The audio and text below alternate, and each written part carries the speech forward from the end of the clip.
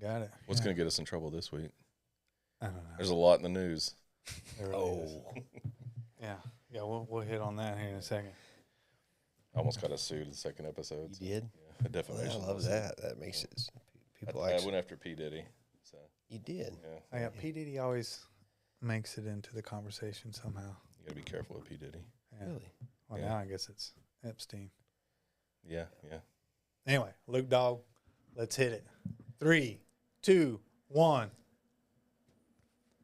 We got a little music intro that usually goes in right about here. It'd be cool if we can get like one of the Coldplay memes up on there. Like, Did you see that? No? Oh, yeah. I woke up to the Grayson County burner. Yeah. That's how I learned about it. I looked at it. I was like, what is Britton Brooks doing? And that's when I had to go to the internet and figure out what was happening. It was hilarious, man.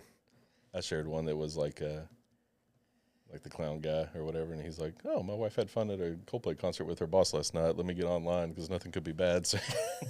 Nothing could be bad.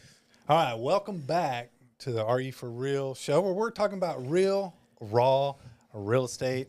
And no, we're not getting caught on camera like the Coldplay guy at the concert. What was that, CEO or something like that?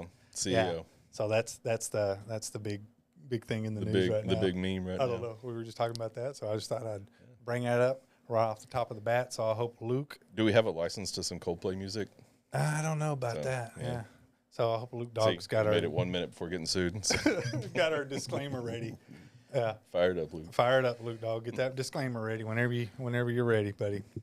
All right, so we're back here talking a little bit about real estate. You know, like I said, we like to keep it real. We like to keep it raw. This is real estate like you've never heard before. And I'm joined by my co-host, Jeff Dowden, as always. Local realtor, avid dog lover. Avid dog lover. Yeah, I love the pups. What kind of dog you have? I have a Boston Terrier. Okay. Yeah. There's a lot of people have those, right? Mm-hmm. Yeah. Well, French bulldogs are kind of the popular ones. Oh yeah, that's right. Yeah. Whenever I hear somebody's talking about a French bulldog, I got a Timu French bulldog. So. Yes, Timu. Yeah. What is mine? Mine is dang, Nikki. What are you, dog? I always forget what she is. The little white dog with the brown tips and a Yorkie. No, there's short hair. Corgi. Oh my God. I'm just gonna start naming dogs. Yeah.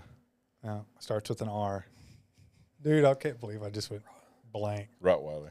Yeah. Close. Yeah. So we're gonna call her a Rottweiler. That's my term. Yeah. I'll remember here in a second. Anyway. Well, when you said little, it kind of put Rottweiler out the window. Yeah. So. Yeah. She acts like a Rottweiler, probably. Yeah, The little ones have a lot of bark and some bite. That's true. Yeah. No, she's pretty cool though. Anyway, it'll click here in a Her second, name's then I'll Nikki. go. See, it sucks when you get old. Yeah. You know, you forget the little things. Yeah. Mine doesn't click. I don't know. No, but what's funny is though, every time someone asks me, what kind of dog she is, it never fails. I draw a blank. Yeah. You know, she was an adopted dog. Okay. So maybe. Well, then you say, rescue pup. Rescue. Yeah, She's a rescue pup. Yeah. There you go. So, but that's not what she. I mean, she's a Bubba's full blood. better than us. He's got a rescue pup. Anyway, we'll figure all that out here momentarily. About halfway through the show, It'll come to you. It'll go. Oh yeah, remember that. Segment 3. Mm-hmm. So what are we going to be talking about today? What do you want to talk about, Bubba? Well, I could go through a lot of things, but Yeah. I think we should probably keep it pretty standard and just talk a little bit about real estate, maybe. You want to talk about real estate? Yeah. Okay. I mean, I guess it is. Are you for real estate? Yeah, a little bit. Yeah. When real estate quits being polite and starts getting real. Mm-hmm. So. Like right now. Mm-hmm. Like, you and I were You should talking. trademark that. I don't think anybody's ever said that. So. Maybe we should do that. Yeah. Who's our sponsor tonight? Oh, are we going back with the Lone River? Yeah. Lone River. It's good. I was joking pregame with the guest today, like if we actually started convincing guests that we did have sponsors and making them use like a scripted sponsorship, just to mess with them. Yeah, tell them they have to read them. Is that what like you're every after every segment, they like the guest is like Lone River, like yeah, it'd be funny to me. So. Yeah, maybe we ought to do that next time. Yeah, our guest today probably wouldn't appreciate that.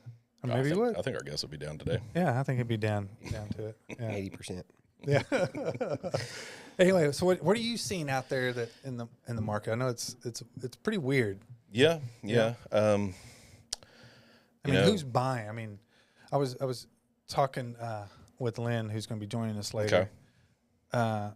and we were talking about, like buyers, sellers, what's the ratio, of like listings versus buyers that you're representing right now. And that got me thinking, it's like, wow, it really is lopsided right now. Yeah. I mean, I get it. Sometimes, listing agents are just listing agents, but typically, they'll tell I you, have a good they'll tell mix. you they're just listing agents too. Yeah. Or it's usually, it's like, even it's their like a signs vegan. say, We'll tell you they're a vegan in the first 5 minutes of the conversation. That's a little pet peeve, right? Maybe. There you go. Yeah.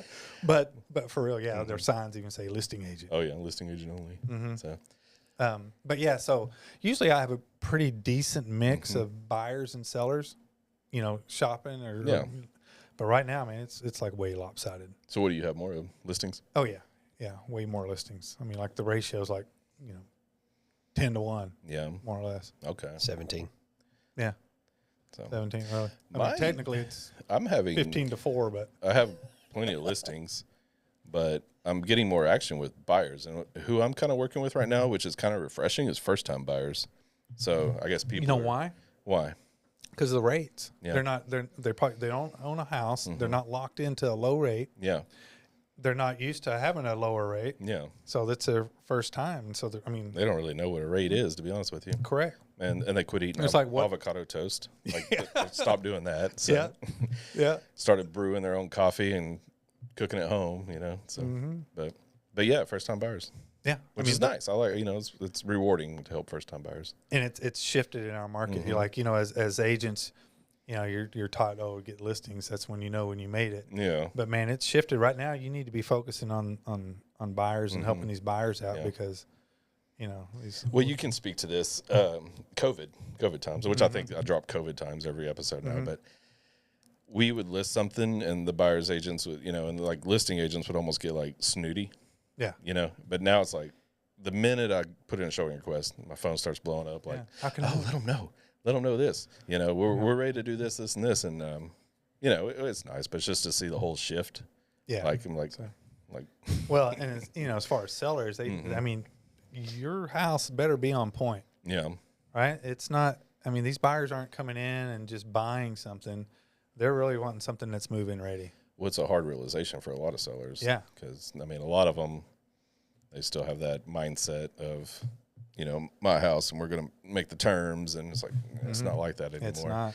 And I tell them, I was like, unless you're priced under market or have a unicorn of a house, it's probably not going to get showings for a while. So yeah, I'm still showing or seeing these houses, if there's something special about them, a little bit of land, or just something unique, multi-generational homes, stuff like that. Those are still hot and heavy. Those usually go pretty quick. But once again, those first time home buyers are probably a good client to have right now. Yeah. And plus it's like, negotiating is in their favor because they have programs to help them and they have and they can negotiate concessions. So it's really rewarding for them to be able to like get their payments down and, negotiate with sellers and stuff. So, yeah. So we're sitting here talking about finance and throwing out how it should be done and concessions and rates and all that. We should probably ask a pro about a professional. That. Yeah. Somebody that knows. Yeah. That's why we brought in Lynn, the Lender Reed. Lender. That's possibly a nickname. Welcome, buddy. Yeah.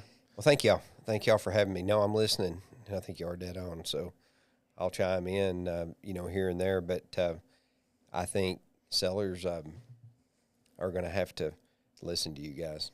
Yeah. That would solve a lot of problems. I would like clients that listen. That would be nice. So if you're a seller, listen to these guys. Yeah, let me ask you this. This is coming not from us, but from all the buyers out there. Why the hell are you making the rate so high? Well, I think, Bubba, you're old enough to know that this is not that high. We've established that Bubba is a boomer. Yeah, he's a boomer. And so he's seen higher rates, but I think it's relative. I think I was in a closing earlier this week over in Denton, Keith, he owns Title Resources over there, and he got in 1981. Okay. And he Shout out to Keith Young at Title Resources. Keith, he was the owner. He too wore shorts. Yeah. And during a closing, and he said, man, and I got in 81, and he said at the peak, the highest one I closed was 21%. So if we're at 7, we're like at a credit card. It's a credit card. Yeah. I mean, and I've heard teens. I've heard 13, 15, 18. You've got parents. You know, we hear their war story. I don't know that I've ever heard anything in the 20s, but he verified it. So I think it's relative first. I think it's the change, not the rate. I think we doubled from March 22nd to July, August 22nd. They doubled. It's not an easy pill to swallow. It doesn't matter if you're going to 3 to 7 or 7 to 14. It's bad. And so, I think we're still just kind of reeling off that. And I don't know, we can talk about when they're going to go down. They should. Yeah. But I wish I had a unfoggy crystal ball. Are we gonna discuss the PPI and CPI?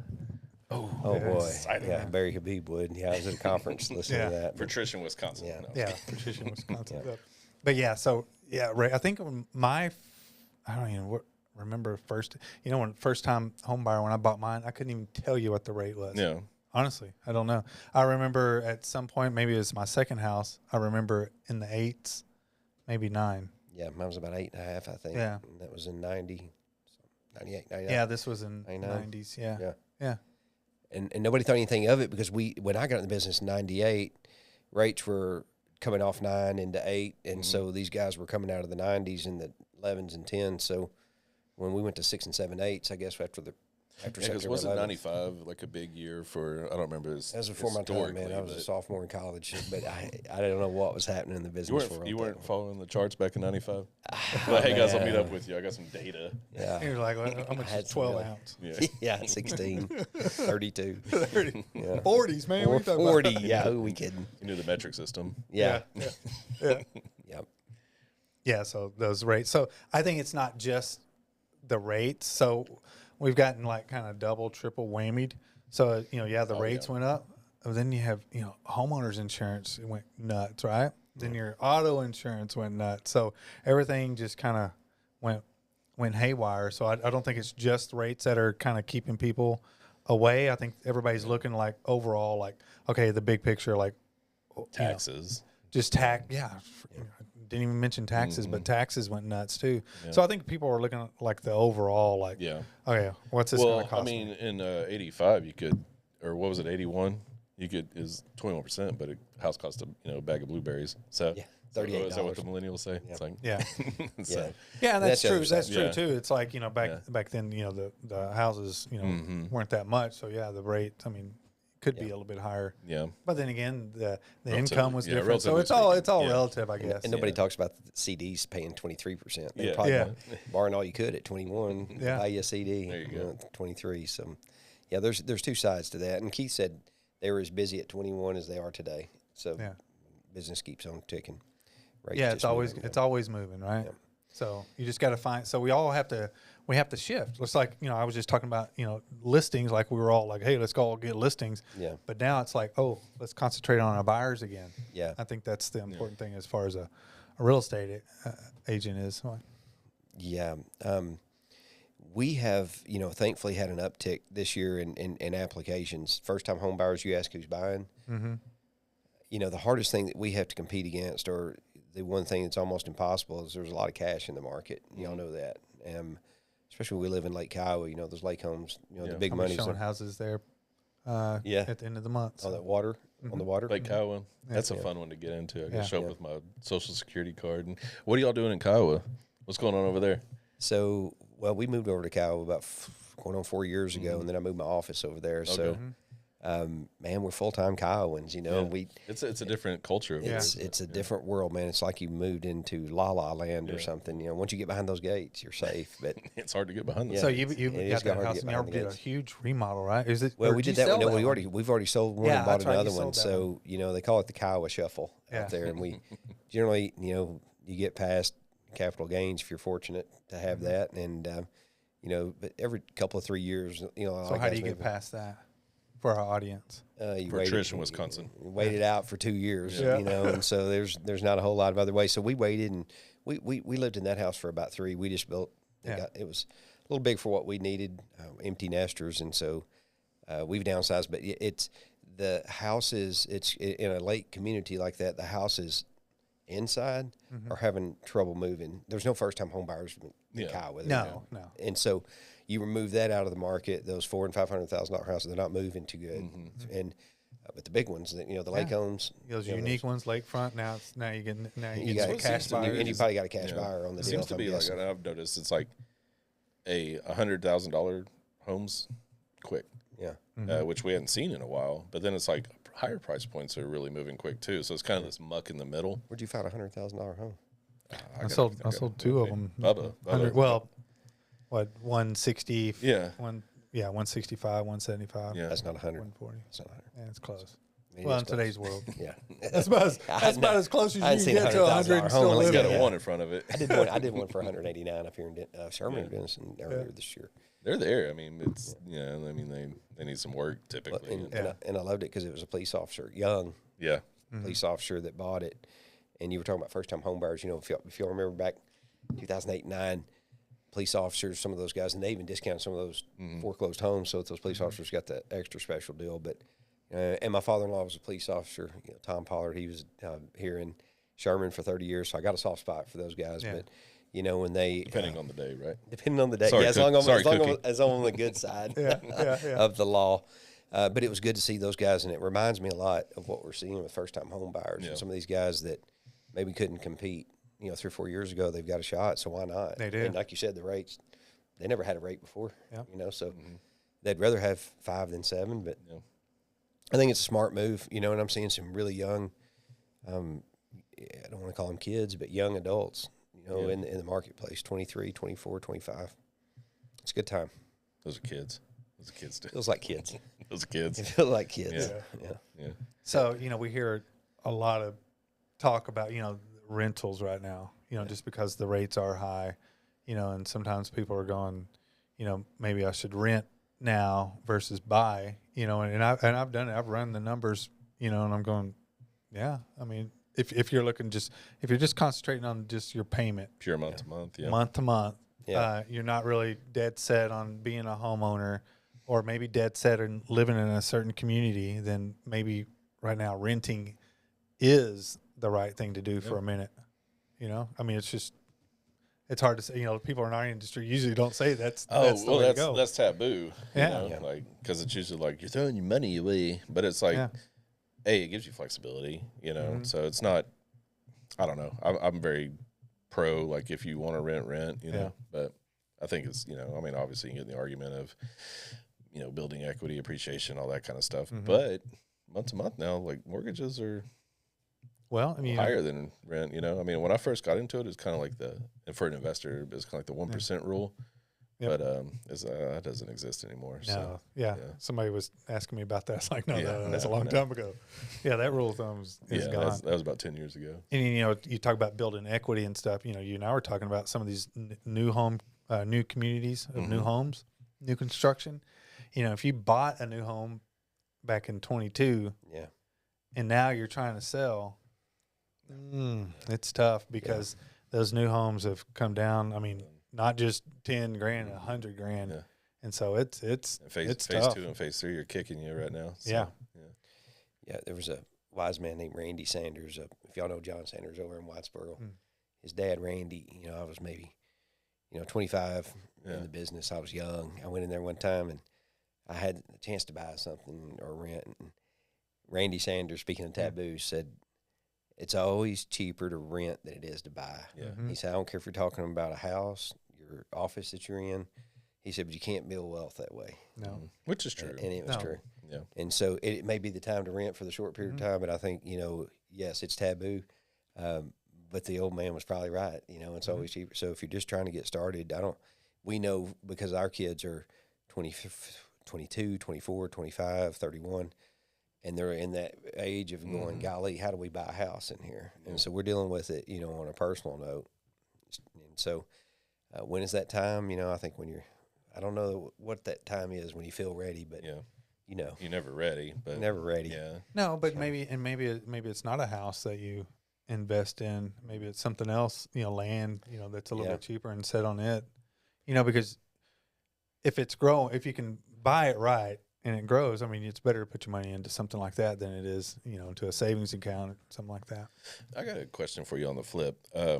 People that say they did buy in 2020, 2022 and are carrying like a 2%, how many of those are you seeing that are like, hey, maybe I'll rent this and then purchase something else with the higher rate because they can, float that? But I see a lot of people think about it, and then they don't. Yeah. I think when they look at what cash not match up, or I think so. I think partially they look at it and go, well, maybe I can't rent it for what I thought I could, or even worse, they look at that new payment with that new rate, and they're used to a $3,000 payment. The new one's $7,000. They're like, yeah, what if I can't? What if they don't pay the rent? What if? And I'm like, you got to be ready. I mean, if you got to be able to cover the nut there if it doesn't go down, and it's scary. And so I think in theory that's good.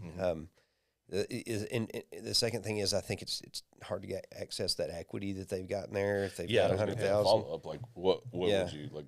DSCR or something like that, or I mean those are the. I mean that's an answer to a lot of the problems out there. On those type loans.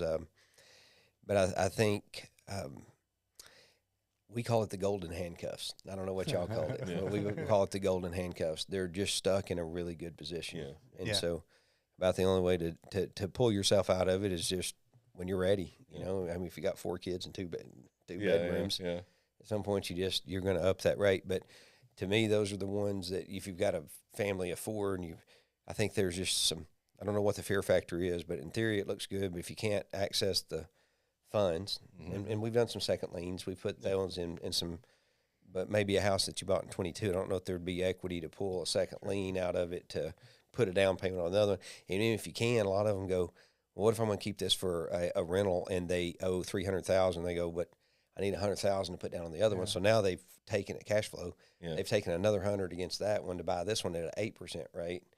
And now their rent's $3,000, but their payment's all in $3,400. They're like, now we're underwater.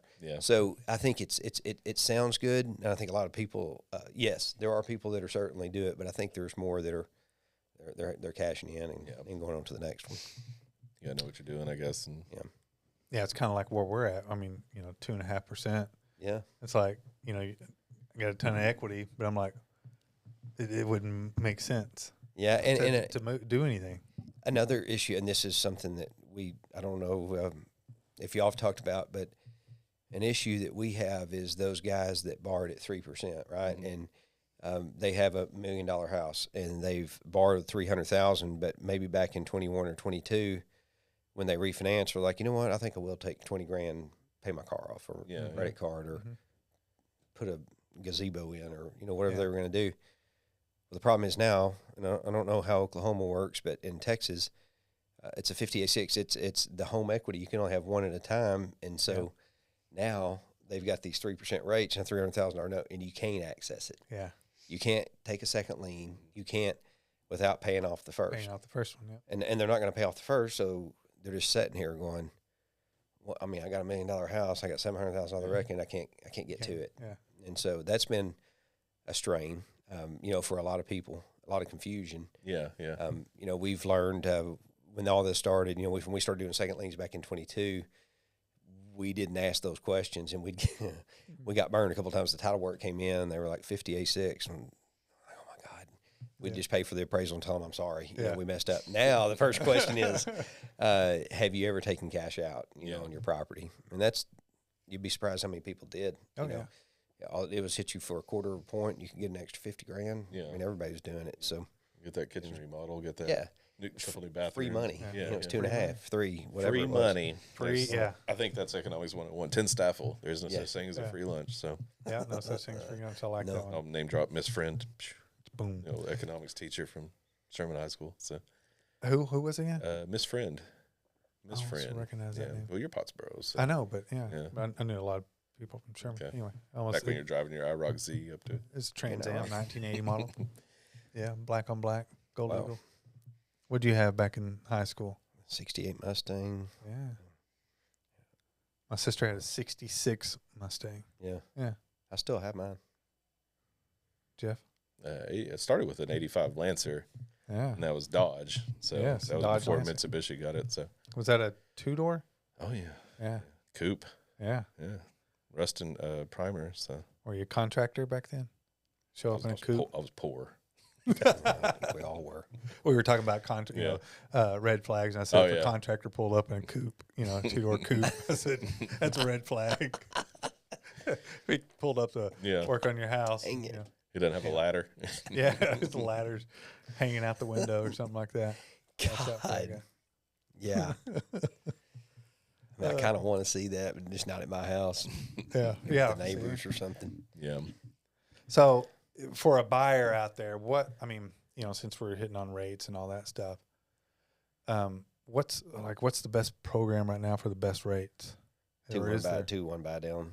It has been for the last 2 or 3 years. It just seems like, I think now you guys are the pros, y'all are listing, but I think just now listing agents are like, we got to do something. I mean, what is it? I've seen stuff from $9,000 credit, Nebraska furniture credit cards. I don't even know if that closed or not. That underwriting? I was like, you got to put it on the CD. Like, we're going to do it outside of closing. I said, I don't know. All right. Is that a line item? Like, I don't even know. What's this?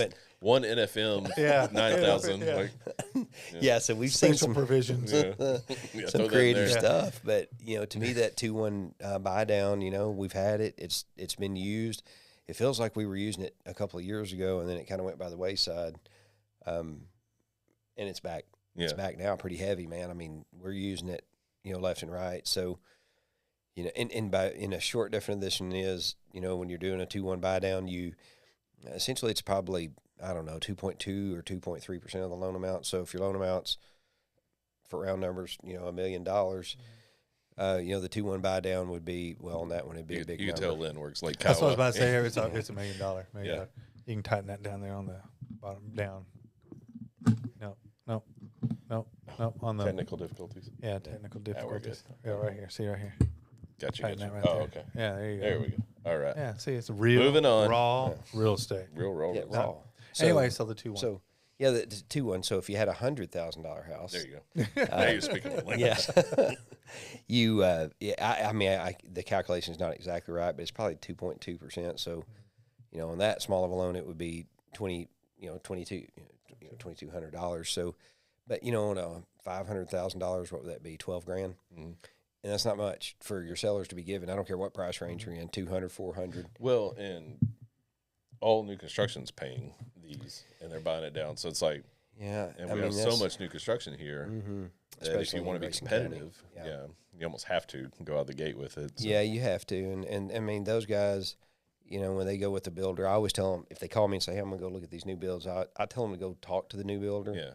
Send me your deal, and I'll tell you if it's not good, which we know. It's going to be good. I mean, those guys are getting 15 or 20, y'all know. And so I don't know that we can compete with that. I don't even think we try. But they're giving them on those $20,000 deals. You can imagine what we could do with that. I mean, a 2-1 buy down plus all your closing costs. Mm-hmm. And a lot of people come in, they want to buy the rate down.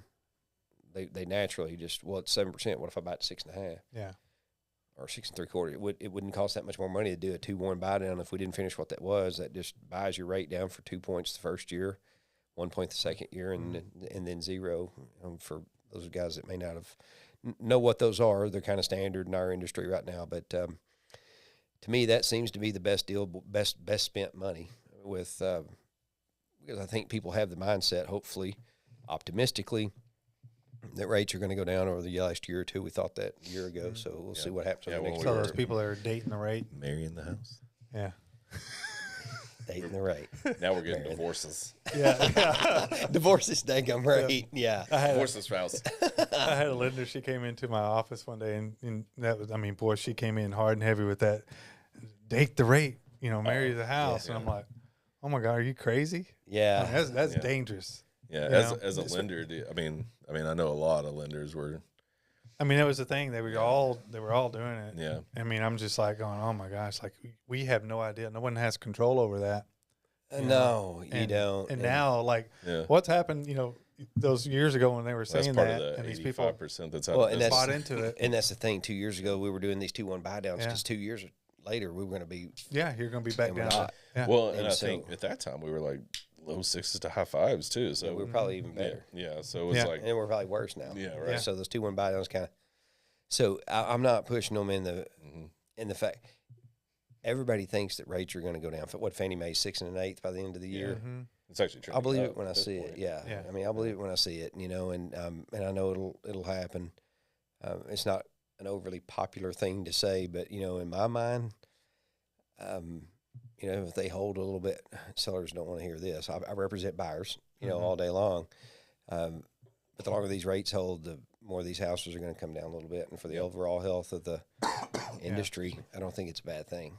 And these guys had 200,000. There's equity everywhere. We all see. I mean, y'all are doing the listings, but there's equity everywhere. If they had 300, now they only have 260. It's not going to make it so that they can't go buy another house. Yeah. They're going to eat into their equity a little bit, but I don't think that's a bad thing. I think the houses. I mean, we look at it and go, it's too much money. You walk on. You look at the next one. Yeah. And right now, we're flooded with inventory right now. Yeah, so everything looks like too much money. I mean, everything's, and if someone goes, oh, that's just a little too much. I mean, they have choices, and that's why we see everything move. People are moving so slow. Even our buyers, sometimes they're taking their time. Yeah. They're really just like going, they're doing their homework. Like, they are, and they almost.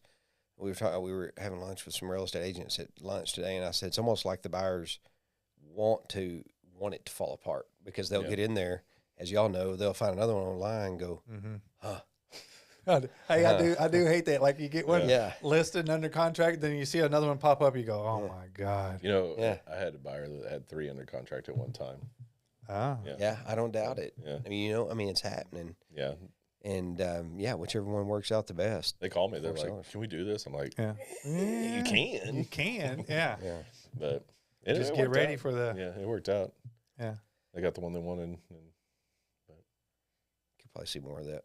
Yeah. More low ball offers, more waiting for them to, And that's the hardest parts of low ball offers because it's like hard to determine what exactly is a low ball offer right now. I mean, you can put the comps, but the comps aren't really current with where the market's heading. Especially like where we live out here. It's like sometimes, I mean, it's really sparse, like, they're unique property, instead of just your regular neighborhoods. Yeah.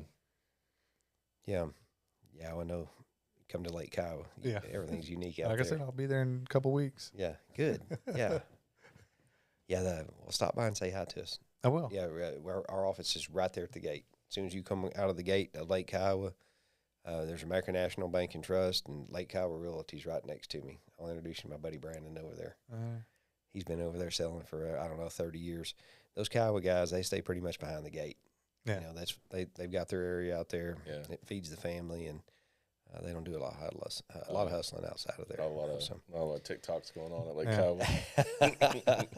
No, there's some. There's a couple of Lake Kiowa. Yeah, I could see Lynn doing a little TikTok action. Lynn's got the personality for it. No, he does. And I'm also I'm a youngster out there. You were doing a lot of videos. I was, and I'm glad you asked. I mean, I think you were paying somebody way too much for them. I was paying way but too they much look for good though. The problem with that was I was buying content because I couldn't come up with all that. So I was buying content, and I quit believing what I was saying.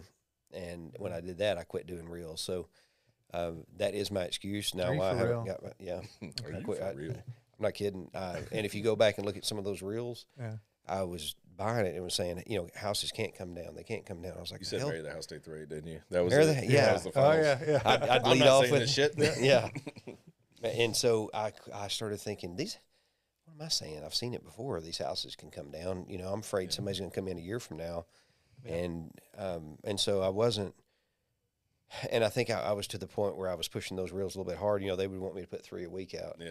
I really only want to do 1 or 2. You gotta get that algorithm, bro. Yeah. And that was it. You had to keep it going. I wanted to do 1 or 2. And so, instead of pulling back, I just haven't done, any of and the cost.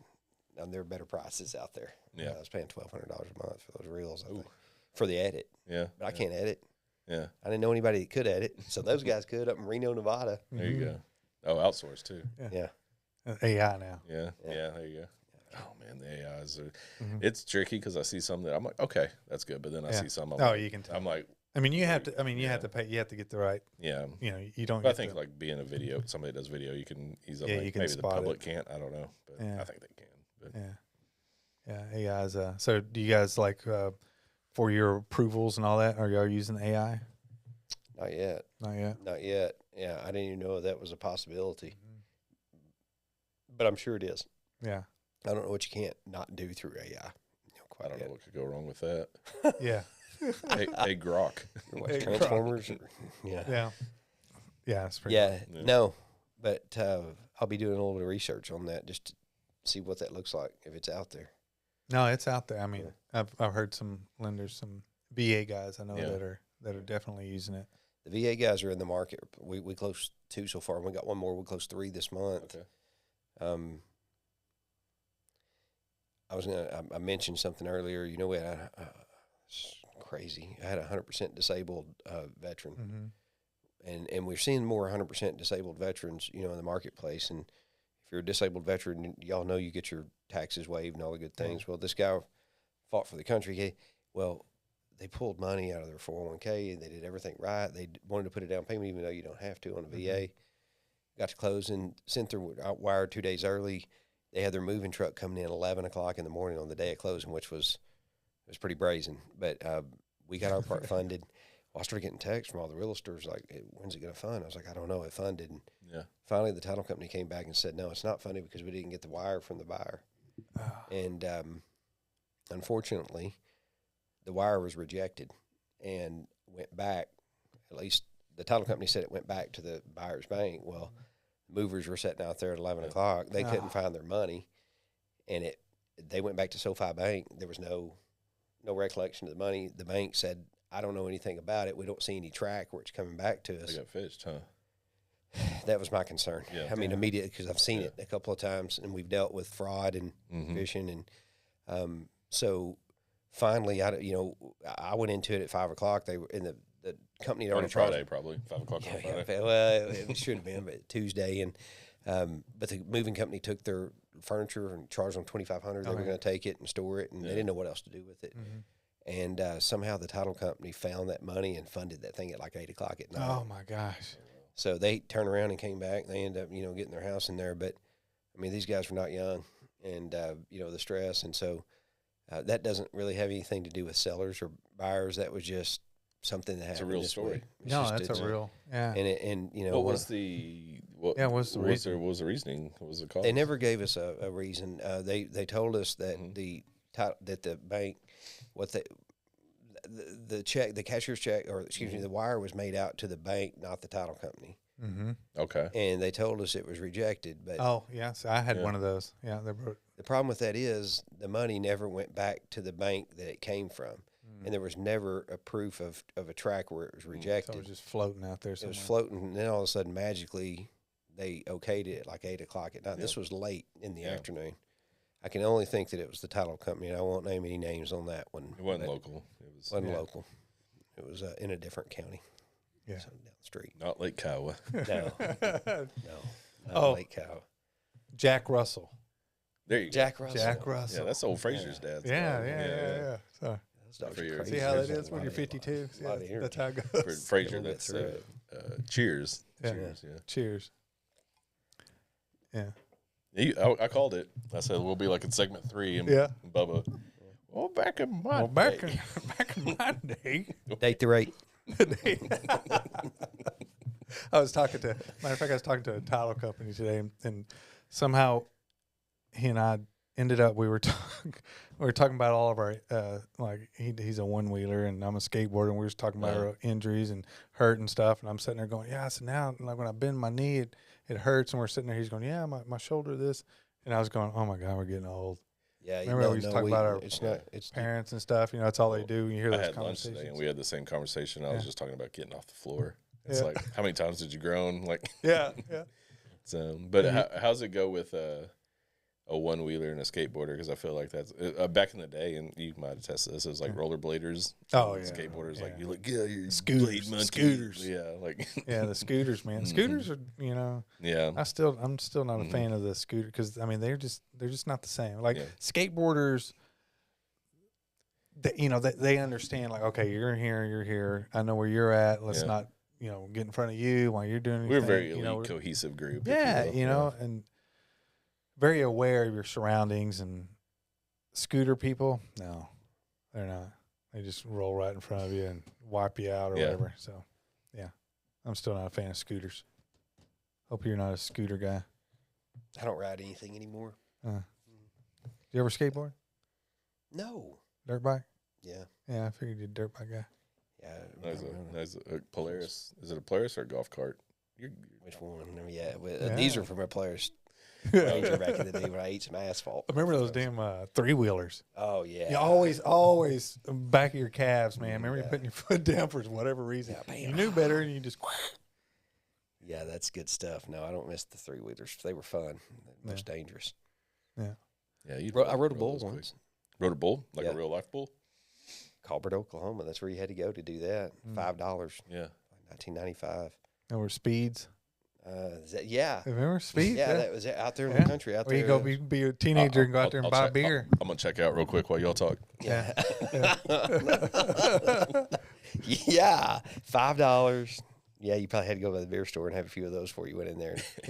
And did so they had a real life bull in this. No, they had a lot of bulls. And for $5, depending on how good you were. Anybody? Yeah. Wow. Anybody, even Texans. Okay. And we rolled in there and we were like, hey, we're never rode before. They were like, yeah, we know. And we by your shoes, we could tell. Yeah, by your loafers. And so we the pop polo. Yeah, Guess jeans, tight roll. And so we got, I said, what I need an easy one. He said, no. So they pulled out this Holstein. If you know what a Holstein is, it looked like a milk cow, but it was a bull. And they came leading this thing out, and they called him Larry. And so I was like, Larry doesn't look too bad. And so Larry. I got on the back of Larry's back, and Larry bucked me off very quick. Yeah. You can imagine how you do the whole spill, like you get in the gate and it goes out, or you just jump? Okay. The whole thing. Okay. No protection. Well, I mean, it was 90s. 90s. Tough hadn't been hurt yet. Helmet. What's a helmet? No helmet. Yeah. No gear. Lane Frost was still around. Yeah. I was tough. Yeah. Got thrown off, got up, and I would never do that again. Or I encourage anybody at 20 maybe. Yeah. But I mean, it's you hadn't really felt power until you fell on the back of a bull. Yeah. Bucking. It's different. Not like a linebacker. It's not like a linebacker. You felt real pretty, didn't you? I felt a lot of things. Back to Texas. I couldn't get over that river. Yeah, hit the ground. No, I wouldn't say that we bought beer over there. That it was Oklahoma beer. I would say that we probably did buy that in Texas before we went over there. No they used to have like the higher percentage, didn't they? And here, yeah, here had it. Yeah, not Oklahoma. Yeah, because I was going to school in Oklahoma. I'd come home, they were always wanting me to. Yeah. Oh, better put that disclaimer up. Back when you were 12, driving to school. Yeah. Do I need to make any disclaimers for anything? We got them. We got them. Yeah. Luke's got our back. Okay. So, you sign an NDA when you leave. Yeah, when you leave here. On YouTube. But. Yeah. Hope I can this ain't not like P Diddy NDA, but it's close. Well, do we gossip? Do we talk about news? Because there's some. Yeah, there's some news. This is our. Yeah, we'll roll into the little news. I think Luke Dog just put up the disclaimer, so we can. Yeah. So we could talk Epstein. Are we talking Epstein? Yeah. All right. Yeah. All right. What you got? P Diddy's old news. P Diddy. Well, they know Epstein list apparently the same week that P Diddy got acquitted. Yeah. So yeah. I'm gonna. Somebody else wants to take the mic because I could go a long way with this one. It was a good week for sex offenders. Yeah. It was a good week for It was a good week for Coldplay. Yeah, Coldplay. Coldplay's back in the news. Yeah, right. Like you really hadn't heard much about them. So they played. Where'd they play here recently? I think that the meme happened up in Boston. Yeah, that was in Boston. Yeah. Yeah. I don't know, there was some news around here about him recently, but yeah, that dude. Oh man. Yeah. What the hell? Yeah. What the hell is he thinking? That's a real dude too. Yeah. We're having fun with it, but I was thinking today. No, his life's over. Well, yeah. I mean, how he's getting. We can't say it's like, divorced. We were on camera. He pissed off at Coldplay and the people at the stadium. Mm-hmm. Well, that's not where it's at now. It's all over. Like he's mean, and it's mean. I mean, it's out of control. I heard the wife already changed her Facebook profile. And, I mean, checked her last name. Dude, it's got to be brutal. Oh, it's gonna be hard to stay with him moving forward. I don't think so. I mean, I'm not saying the dude doesn't deserve it. You know what I mean? He's a real piece. He's I mean, it was head of HR that he was with. So what's the irony in that? Yeah, he's probably. How many people have they probably fired because they were dating a coworker or something, right? And then this, say douchebag, does what he does. That's fair. Yeah. Are you for real? Yeah, are you for real? So. Yeah. I'm scared of HR. Yeah. Well, he apparently wasn't. No. So. No. Well, he started the company, right? From what I think he was the CEO of it, but yeah. I like the Chris Martin from Coldplay. He's like, as soon as they dipped out, he's like, "Oh, they're having an affair." He knew it immediately. What did he say? They were. He said something, or they were having an affair, or they were real shy or something. Yeah. So. Yeah. You know how I found it this morning, that Grayson County scanner or burner or whatever it's called. It used to be T, and then I think they changed their name. Grayson County T. That's the new T. Oh, yeah. Is that the new T? Yeah, I think they got locked out of Facebook or something. Yeah. Does anybody know who that is? I don't know. The dude was funny though. Like he was like a true comedian. Like he's quick. Yeah, that's what I'm saying. He's I don't know who that is. Yeah. I've heard some if y'all know who that let's get him on the podcast. Yeah. I think I could probably I might could produce him with enough coercion. I don't know the man, but I know the myth. I think I might know. Okay. He exists. Yeah. And he's not as old as we think he is. I think everybody has I was picturing him in his 30s maybe. Yeah, see, I thought he was our age because he knows so much history, but I think it's his parents he's getting this news from the 80s. Okay. And so he may not be as old as us, but he knows things about them all. Yeah, because he'll reference back to some old school stuff. To the 80s and stuff, yeah. So I was assuming he was older, but I'm thinking he might be in his mid-30s. I think elder millennial. Yeah. It's funny. And I woke up and saw that on Facebook this morning, and I was like, well, there's a local divorce attorney that's taking on this case. And the case turned out to be the Coldplay case, and I don't think that the local attorney, I don't know if we can name names in there, but it was hilarious, man. It'll be, if knowing him, it'll be a billboard real quick. Yeah, that's funny. Yeah, it was a billboard. Yeah. All right, so this is the part of the show where we ask our guest about some pet peeves in their industry. And so, I mean, we all have pet peeves and in life in general, different things. So, do you have any pet peeves? I've had I've had just a couple hours to think about this, and I think one of my pet peeves right now is what we've talked about off and on throughout this is people just got to get over themselves. I talked to Heather McAllister today, and, she said that on Facebook. Yeah. I asked her, how bad was it? And she had a deal fall apart over $300. And you think in this world, and I was eating lunch with the realtor. She was like, "Oh, I'd never let that happen." And I said, "I can assure you, Heather would not let this happen. Yeah. She's a great agent. The $300, yeah. She's not going to let it fall apart over $300. But the seller was so hard-headed in that situation. He dug his foot down. He wouldn't dig an attic ceiling fan. And this old lady needed an attic ceiling fan, and he said no. She finally had enough and was like, I'm done. I'm not going to do any more. Both agents agreed to pay for it, and the seller said, nope, it's a matter of principle now. Oh, my God. The old butthurt seller. And took credit for being an a-hole. Was proud of it and laughing about it. It was over. Look what I did. What in the world? Why is there a seller out there? There's no rules. I get it in real estate, but good gracious, man, come on! If you want to sell your house, it's like I don't think. Yeah, why put it on the market if you know? I don't even think some people are being realistic right now on the seller side, and I'm representing the buyers. No offense to sellers, but if they would just listen to you guys, I would say my pet peeve is don't overlist your house unless you're just waiting for one of my buyers to come in and offer $100,000 less when it's been on the market for 90 days, because that's what they're waiting to do. Offended by the offer. These buyers aren't in any hurry. Yeah. They're patient. They know they're going to get a deal, and they're probably not going to get that deal in the first day or two. Yeah. Being on the market, they know that. Doesn't mean they won't offer. Try. Yeah. And but set them out there in 90 days, and there is no such thing as an insult. I don't think after that, there's some more stuff coming in. I don't look at offers as an insult anyway. I'm glad to hear that. Yeah. I think if as a seller you have your, I don't know what you call it, like a starting price or whatever. It's driven off data, but some of that it's obscene. As a buyer, like I do think there's like, hey, and on some of those I'll like try to talk to the realtor ahead of time, like, this is this, and this is why, and that kind of deal. But to think of, and I think that's a big thing in real estate is people taking things way too personally. Yeah. You can put that as a pet peeve if you want, it. But yeah.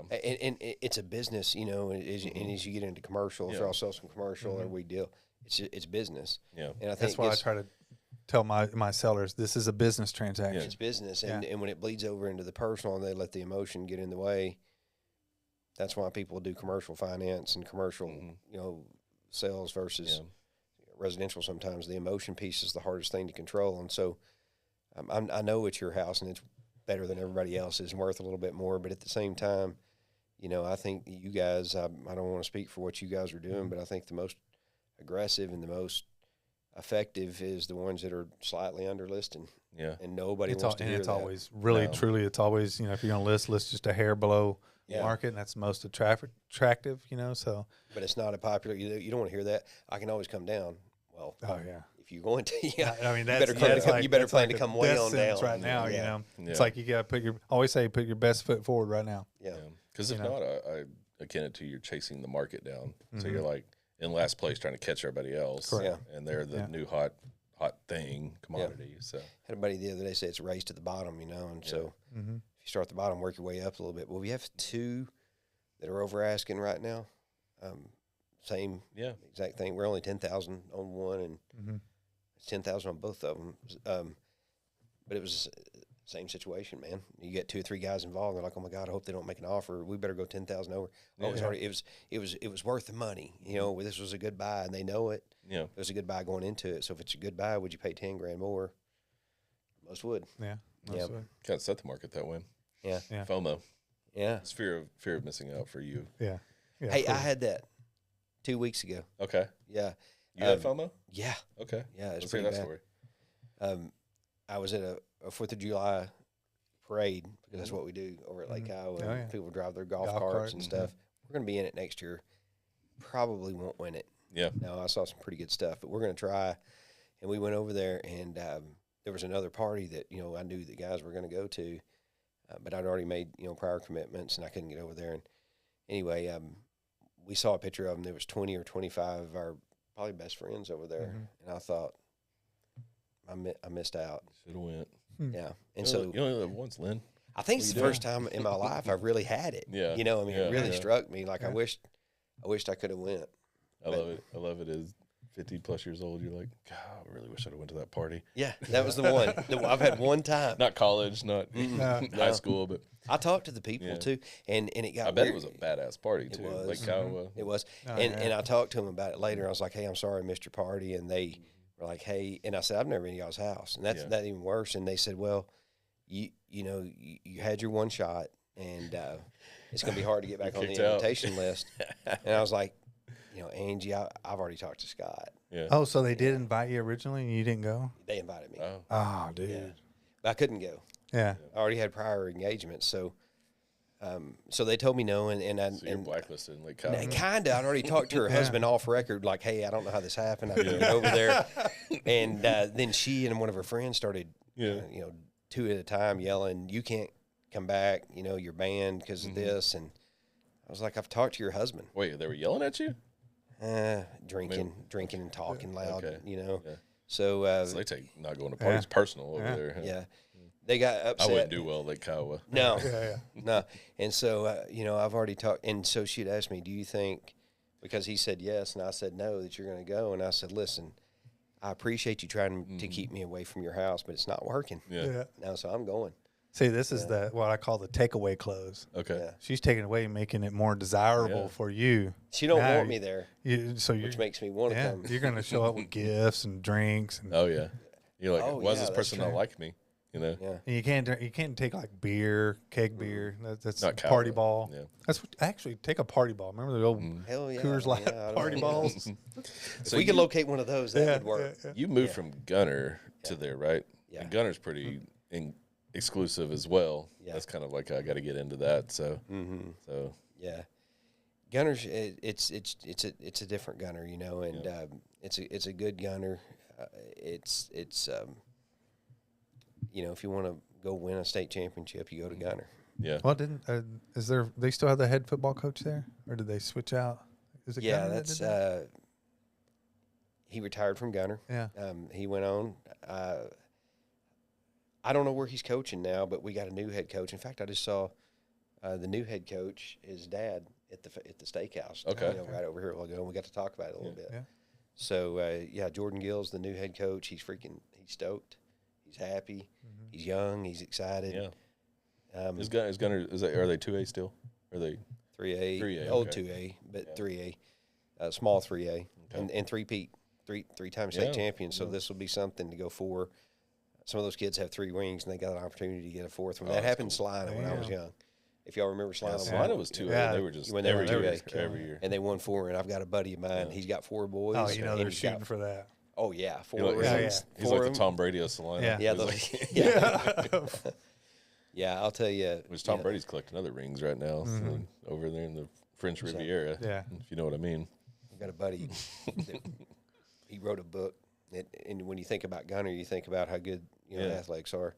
Well, Salina doesn't think of Gunner that way so much because they're the big brother next door, of course. And I've got a buddy that wrote a book, and head coach for Salina's name is Bill Elliott, and my buddy he's funny. I mean, he says funny things. He's a comedian, and he wrote this book about Bill Elliott, the head coach down in Salina, and it's called I Piss Excellence.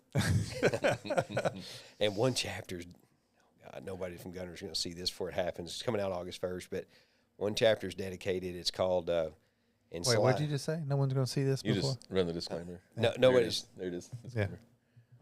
Disclaimer, nobody from Salina is Gunner. going to see this. Salina. From Gunner, I mean. For Gunner. The Gunner group is going to be upset because it's Salina that said, There it is. try, and if you can't win, go to Gunner. Oh That's my the God. that's the philosophy in Salina down there. So they're laughing at us. I mean, they're beating us, but they've also got 50,000 people down there. You know, Yeah.